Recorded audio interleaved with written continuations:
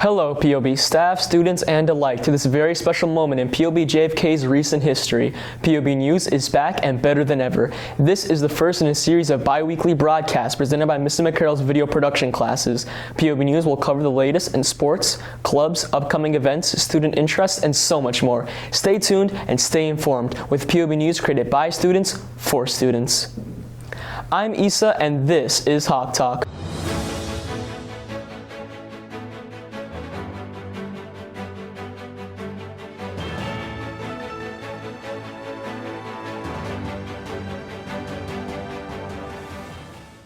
Our top story this week is the news of Mr. Murray announcing his retirement from POB JFK after 20 dedicated years. Mr. Murray has shown JFK's strength in character, stability, and leadership. We will miss his guidance, humor, and greetings every morning as we arrive at school.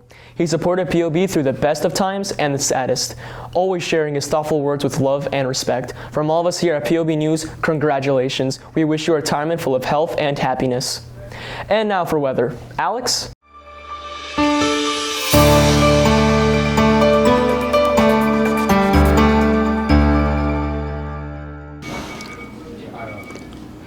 Oh, you want the weather? It's cold.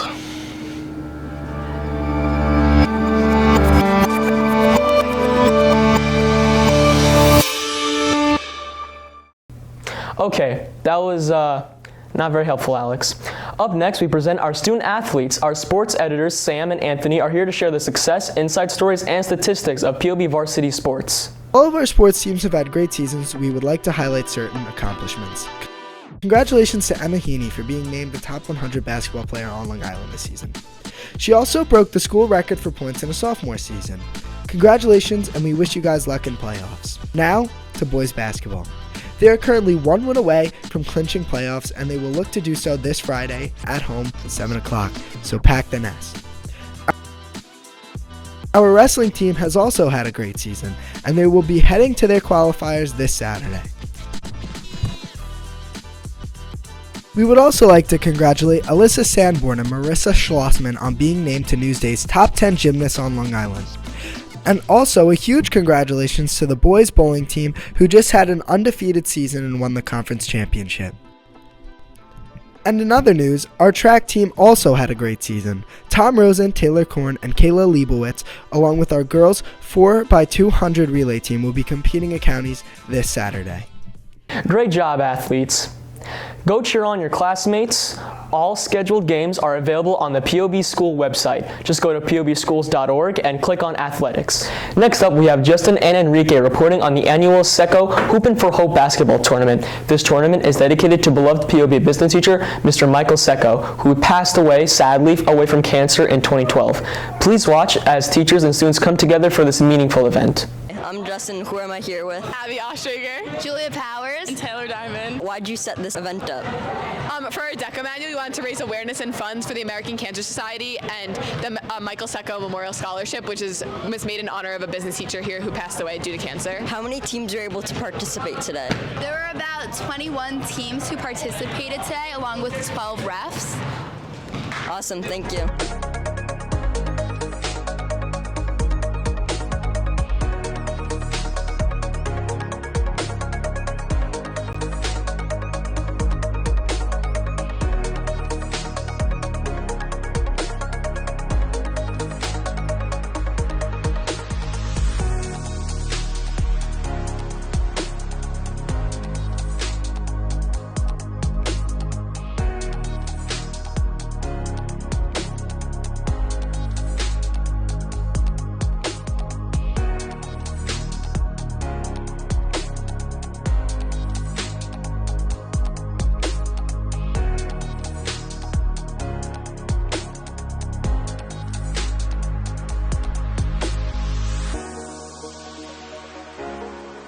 Thank you, Justin and Enrique. Looks like a good time was had by all. Another regular POB News segment will be presented by Alana Mitnick. This week's spotlight is on the Best Buddies Club. Take it away, Alana. Hi everyone, I'm Alana, and today in Club Spotlight we're going to be talking all about Best Buddies. But before we get started, who here knows about Best Buddies? Well, that's alright, because soon enough you'll know all about it. It's that vision of the mission. I'm Mrs. Miller, the co-advisor. And what do you want people to know about Best Buddies? Best Buddies is a club that encompasses inclusion for all students. So if you're looking to make some new friends and meet some nice people, check us out.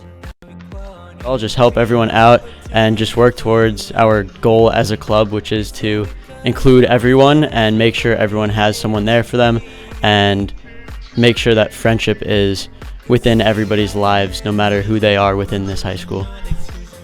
Well, it's important to make sure that both sides of the pair are involved and it's not just like a one-sided friendship, because once again, everyone deserves a friend and it's really important for everyone to have that person to go to.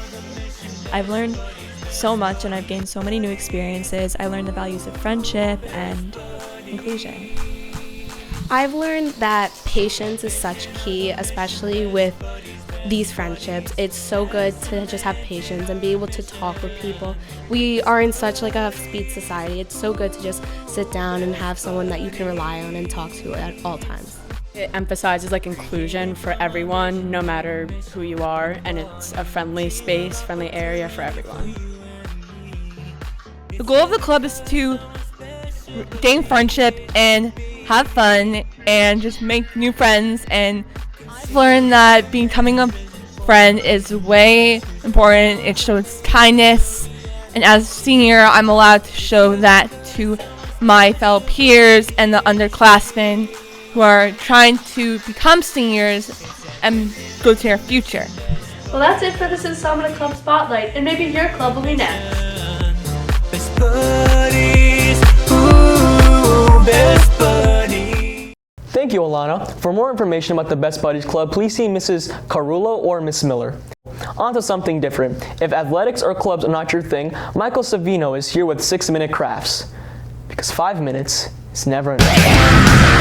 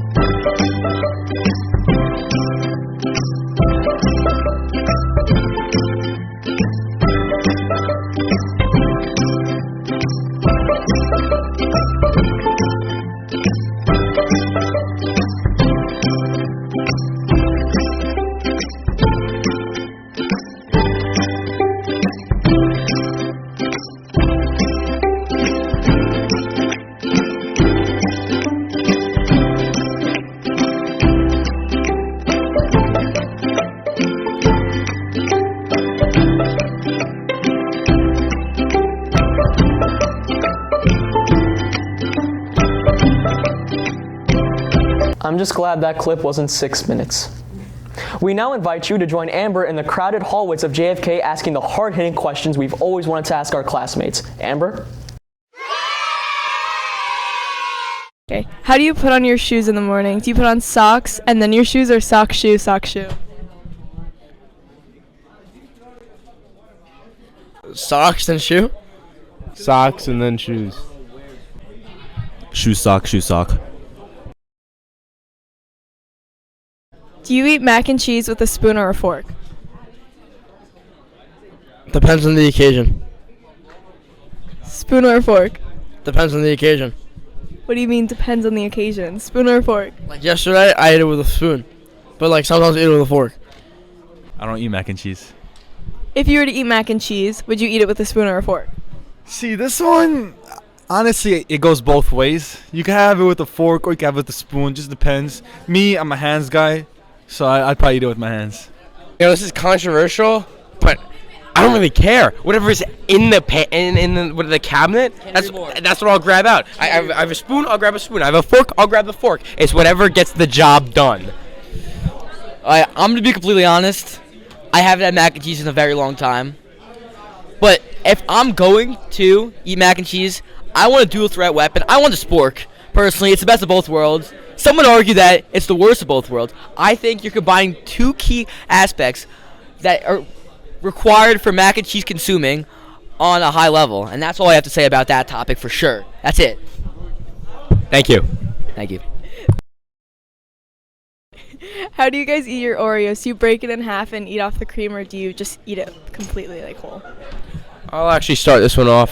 It's always cream first. It's always been cream first. There's no other way to do it. And what do you think? I eat traditional. I eat the way a sandwich is supposed to be eaten. I don't mess around and go my own route. No, because it comes in a package, cookie, cream, cookie, and I'm going to keep it that way, the way it should be. That's all I have to say, honestly, on this subject. Thank you. If I gotta answer truthfully, I always have it with milk, so I put, like, first, it's gonna take a minute. First, I bite into the Oreo to get an appetite for the milk, and then I take the Oreos and I put it at the bottom of my cup, and I fill the cup up with the milk. So I let it, like, disintegrate over time into the milk. It spreads out, it tastes gooey and delicious. And then I take about, like, 3 to 8 Oreos, and I just put them in the milk, I soak it in there and take a bite, and then every time I take a bite, I take a sip of the milk. So I gotta keep filling up with milk, and it tastes really good. And then once everything's over, I still have that Oreo at the bottom, so then I have the Oreo at the bottom, and I eat that, but then I get thirsty again, so I need more milk. And that's how I do it truthfully. All of us here at PAB Production Studio believe teachers deserve more recognition, so each broadcast will include a teacher spotlight. We will talk with them about their life, success, and of course, their love of teaching. Our senior editors, Julia Hargreaves and Maddie Dombrow, have hosted Cat Chat in the library with our first guest, Mrs. Gonzalez. Mrs. Gonzalez has been teaching here at POB for more than 20 years and is here to spill the tea on her journey in teaching, which naturally includes a cat. Catty, not catty. Catty. Catty. Hi, everybody. Thanks for inviting me to the Cat Chat. So this is episode 1. Yeah. Next time we'll actually bring tea. The good part about this tea is that I actually can't spill it on me. Yeah. That's true. And it's never too hot. So I love the theme of a Cat Chat because I happen to be a cat aficionado. Yes, you have 2 cats. Yes, and this one actually reminds me of, a cat that I told you about. Yes. That I actually met here at Plainview. It's almost 2 decades ago. So the story goes, it was early in the morning. My chairperson at the time came sauntering in with a quart of milk in one hand and a kitten in the other. As everyone does. It looked like this, only the kitten was probably this big. But she didn't know anything about cats, and it was obvious right away with the quart of milk. And the statement that followed, which is, I found this cat. If no one takes it by the end of the day, I'm dropping it off at the pound. Well, maybe just put the cat down here in our department, let it walk around, and right away I'm thinking litter box, food, no milk. This little cat walked right up to me. It was almost like, you're going to save my life, aren't you? Because now I have to teach, right? And teachers, we multitask. I walk into my first class and I'm like, okay kids, I'm gonna need a little help today because, and they're like, oh my goodness. So we're trying to do instruction, but every now and then we had to throw a paper ball on the floor. Up and down the aisles. And he had his first full day at high school. And, the rest is history. I had Dakota. Yeah, I was just going to ask. Who also went by the name Dakota Boy. And other little cute names. For 18 years. Wow. He was my best friend. Here, wait. Let's take a tea break real quick. Okay. Quick little tea break. All right, are we ready? Delicious. Now we're getting into it. So now we just talked about cats. Let's talk a little bit about you, Miss Gonzalez. Right. So when did you know, you loved, English and reading? What was that moment in your life when you realized that? I think I always knew I loved it. I just had to come to realize that it would actually become a profession for me. I became the second person to the vice president of human resources for a company of over 500 people. Whoa, that's pretty cool. I know. I was doing payroll and human resources and like resumes and company events and trainings and so forth. But it wasn't really the thing. I have so many teachers in my family that I think it's like I finally, it was all around me and I finally figured it out. Right, you know? I have my grandpa's sister.